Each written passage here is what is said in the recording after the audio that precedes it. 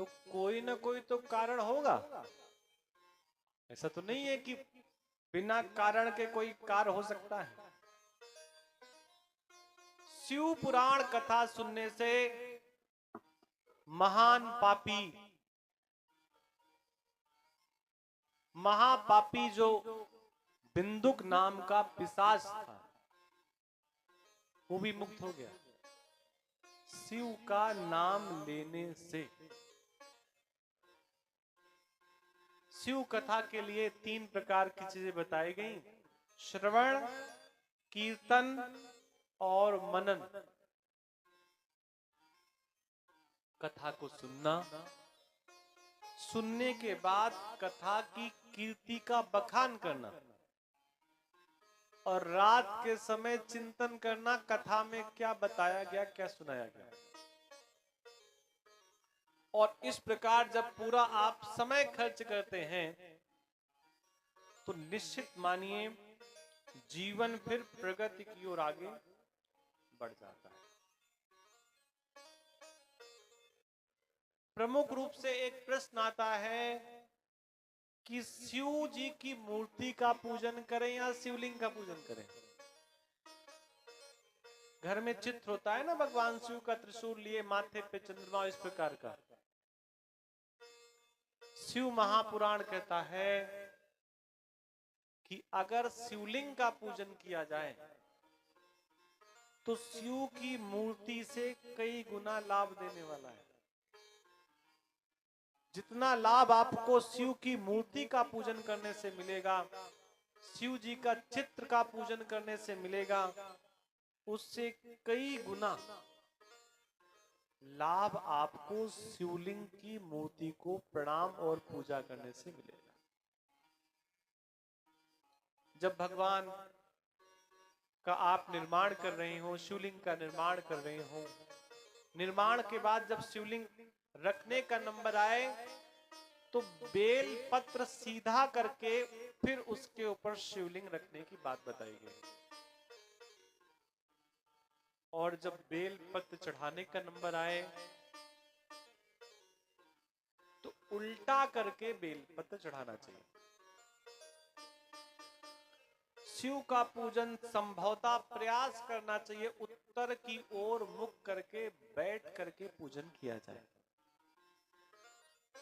मंदिर का द्वार किसी भी तरफ क्यों ना हो, शिवलिंग की जलहरी का जो जल गिरता है वो उत्तर दिशा की ओर गिरता है हमेशा। और आप भी जब पूजन करें तो आपका मुख भी उत्तर की ओर हो पूजन करते समय। ऐसा प्रमुख रूप से पूजन के लिए बताया गया। ये तब बताया गया जब आप अकेले पूजन कर रहे हो। कई लोगों के साथ बैठ करके पूजन कर रहे हो तो फिर ये नियम आपका लागू नहीं हो पाता।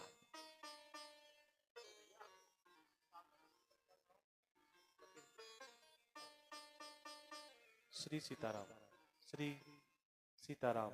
हरिओम, हरिओम, हरिओम। श्री राधे श्याम। सूर्य का पूजन करने से आरोग्यता मिलती है। आरोग्यता का मतलब व्यक्ति के जीवन में रोग नहीं आता है। कथा शिव पुराण की आप सुन रहे हैं।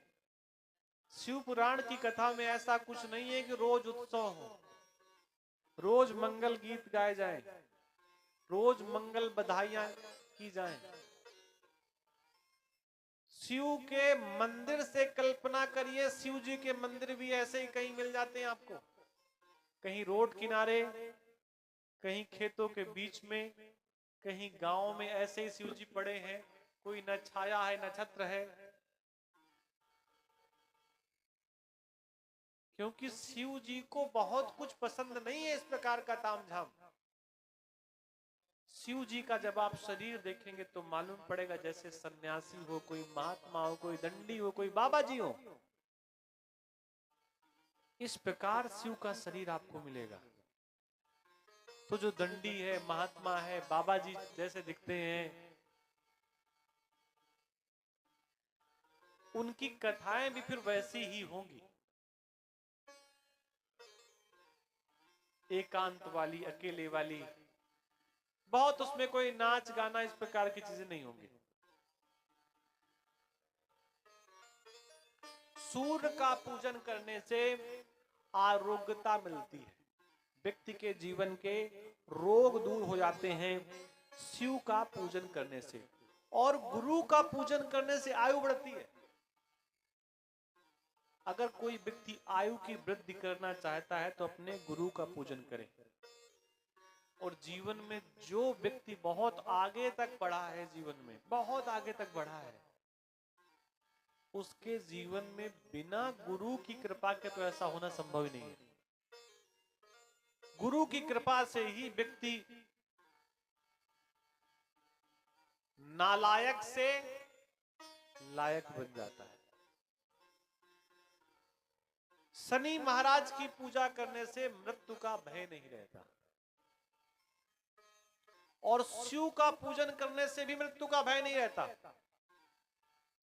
क्योंकि ब्रह्मा को पालन, विष्णु को पालन करता बताया गया, और ब्रह्मा जी को सृजन करता बताया गया।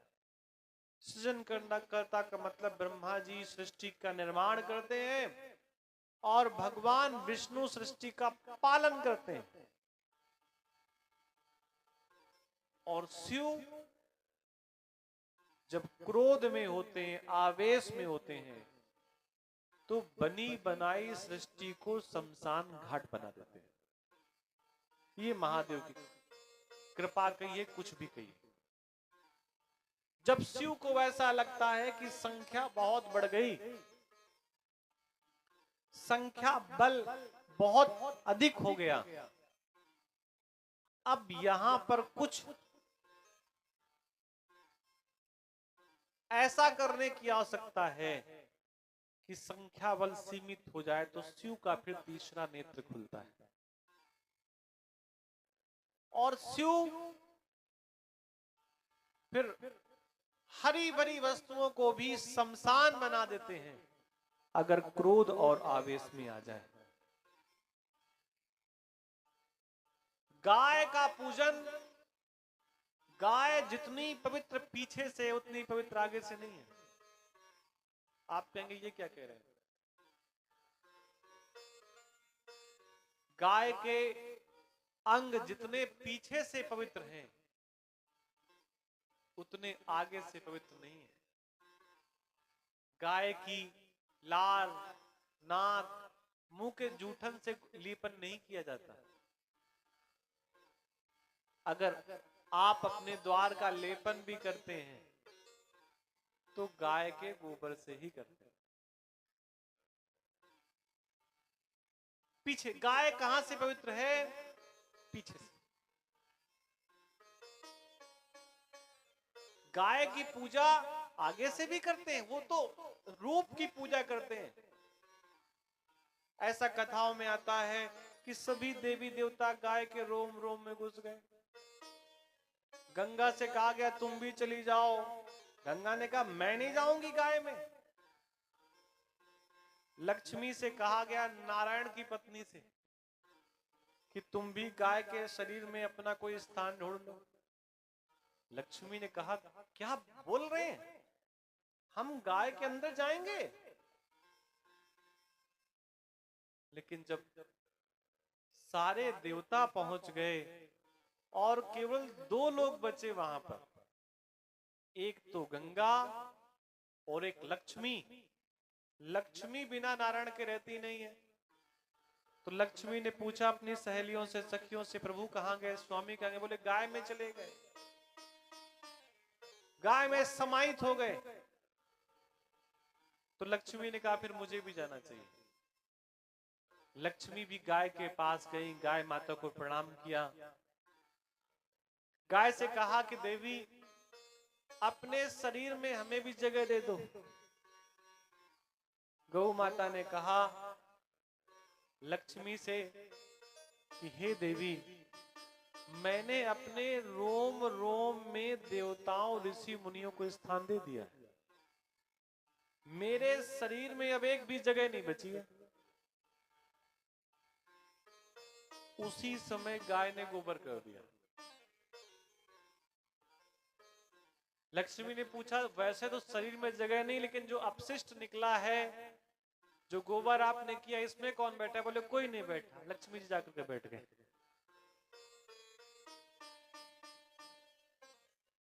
हमारे पंडित जी बैठे हैं।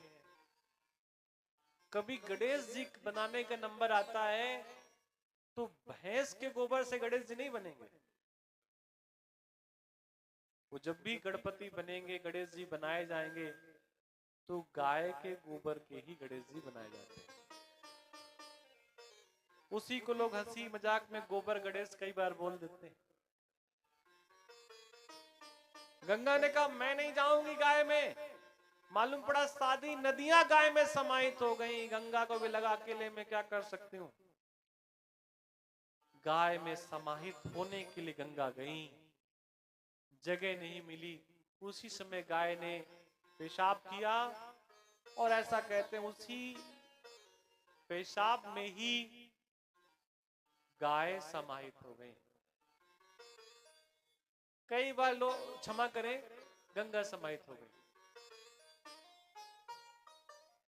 कई बार लोग पूछते हैं, गाय के गोबर का उपयोग क्या है?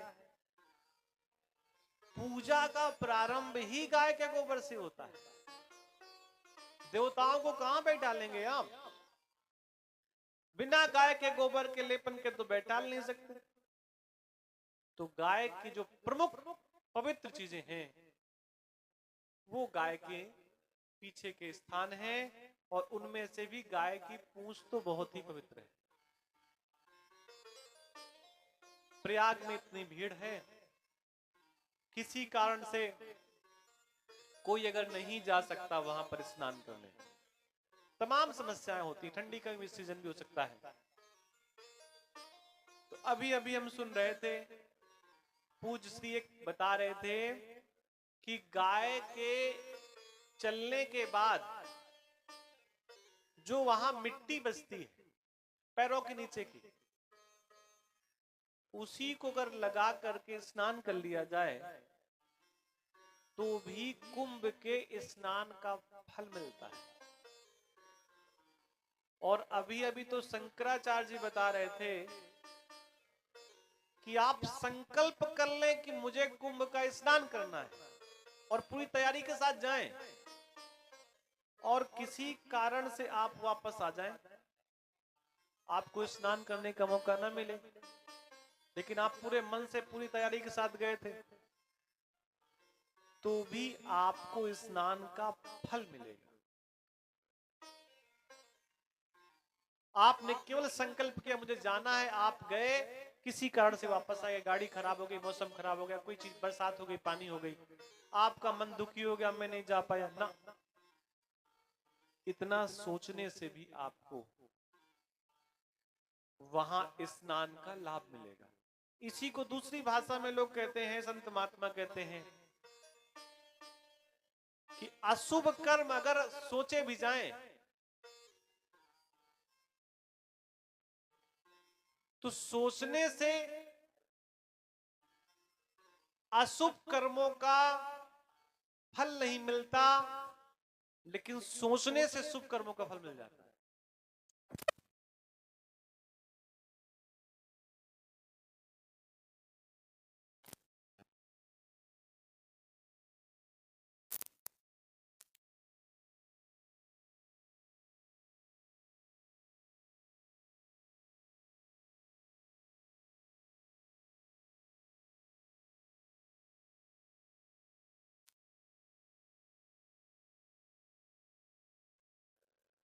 ये कलयुग की महिमा है, जो बाकी युगों की महिमा नहीं है, वो कलयुग की महिमा है।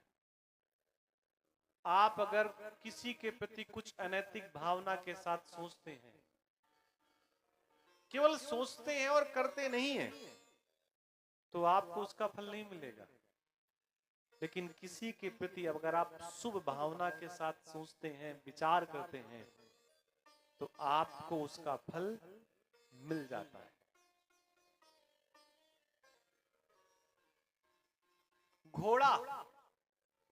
घोड़ा जितना आगे से पवित्र है उतना कहीं और से पवित्र नहीं है। घोड़ा का मुख बड़ा पवित्र है। बहुत ज्यादा हम विस्तार से कोई बात नहीं बताएंगे, लेकिन ऐसा कहते हैं कि कुत्ता किसी बर्तन में भोजन कर ले तो बर्तन अपवित्र हो जाता है, और उसी बर्तन को घोड़ा अगर अपनी जीभ से चाट ले तो अपवित्र बर्तन भी पवित्र हो जाता है। ये घोड़े के मुख की विशेषता है। ब्राह्मण की बात करें तो ब्राह्मण केवल चरणों से पूजनीय है। अगर उसे प्रणाम करना है, उसे दंडवत करना है, तो उसके चरणों को पकड़ा जाए, तभी वो वहीं से पूजनीय, बाकी कहीं और से नहीं।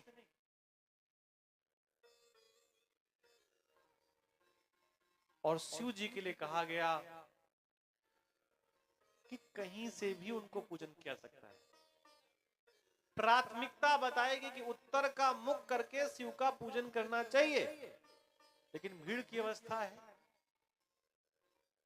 तो शिव जी को कहीं से भी पूजा जा सकता है, कहीं से भी फल फूल दूध दही मेवा आदि चढ़ाया जा सकता है। 4 युग बताए गए, सतयुग, त्रेता, द्वापर और कलयुग। स्थान के अनुसार देवी देवताओं का पूजन होता है। हम जिस चित्रकूट धाम के पास हैं, यहां पर कामता नाथ जी का प्रमुख रूप से पूजन होता है, प्रभु राम का प्रमुख रूप से पूजन होता है, और 100 किलोमीटर पीछे चले जाएं तो मैहर वाली माता का पूजन होता है। 400 किलोमीटर यमुना की तरफ चले जाएं तो वहां वृंदावन बिहारी लाल का ही पूजन प्रमुख रूप से होता है। अयोध्या की ओर चले जाएं तो वहां केवल राम की गुंजायमान है। काशी चले जाएं तो वहां केवल महादेव, हर हर महादेव। तो इस स्थान के अनुसार देवी देवताओं का पूजन होता है। ठीक उसी प्रकार अगर सतयुग की बात करो तो सतयुग में मणि से बने हुए शिवलिंग का पूजन बड़ा श्रेष्ठ बताया गया। त्रेता की बात करो तो त्रेता में सोने के शिवलिंग का पूजन सभी प्रकार से लाभकारी सिद्ध होता है। द्वापर की बात करिए तो द्वापर में पारद के शिवलिंग के पूजन का बहुत बड़ा महत्व है। और कलयुग की बात करो तो कलयुग में पार्थिव शिवलिंग का बड़ा महत्व है। पार्थिव कहते हैं मिट्टी को। तो मिट्टी के शिवलिंग बनाना, फिर मिट्टी के शिवलिंग का पूजन करना, सभी प्रकार की कामनाओं की पूर्ति करने वाला होता है। ऐसा कई जगह सुना होगा आपने कि शिव जी में चढ़ा हुआ प्रसाद नहीं खाना चाहिए, लेकिन शिव महापुराण की कथा कहती है कि शिव जी में चढ़े हुए प्रसाद को अगर देख लिया जाए तो बहुत बड़ा पुण्य मिलता है। खाने की तो बात छोड़िए। हरो महेश्वरा शंभु शूल पाणी पिनाकधृक शिवा पशुपतिश्चैव महादेव इति क्रमात्। शिव का पूजन भैया प्रत्येक व्यक्ति के लिए लाभकारी है। अगर विद्यार्थी पढ़ने में कमजोर है, शिक्षा में थोड़ा